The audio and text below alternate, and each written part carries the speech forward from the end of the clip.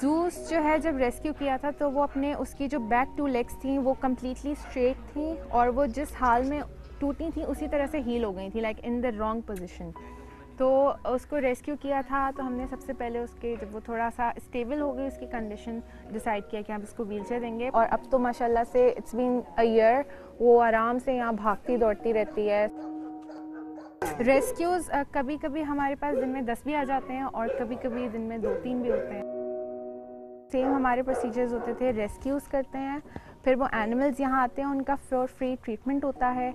उनको अगर मतलब वो हेल्दी एनिमल्स है तो उनको स्पे न्यूट्रल और रिलीज़ किया जाता है। और डोंकीज़ है हमारे पास, horses, cats, eagles, dogs obviously. 200 plus हैं, रफली 230-240 के अराउंड हैं। देखें, जो पेट्स होते हैं उनके तो ओनर्स होते हैं तो उनको तो काफ़ी अच्छा एनवायरनमेंट मिल जाता है। जैसे स्ट्रे एनिमल्स हैं या जो रोड साइड एनिमल्स हैं जिसको आप डोंकीज़ भी कर लें, उन सबको इतना बुरा ट्रीटमेंट मिलता है, उनकी कोई केयर नहीं है। और मतलब और डॉग्स के साथ भी बहुत बुरा किया जाता है, मतलब दे पॉइजन हो जाते हैं, उनको शूट कर दिया जाता है। और नहीं भी किया जाए तो उनका रोड पे ही उनके साथ इतना बुरा बिहेवियर होता है कि लाइक पत्थर मार के भगा दो, डर रहे हैं, तो इट्स नॉट राइट। उनको भी एक ऐसा एनवायरनमेंट मिलना चाहिए जो सेफ़ हो उनके लिए।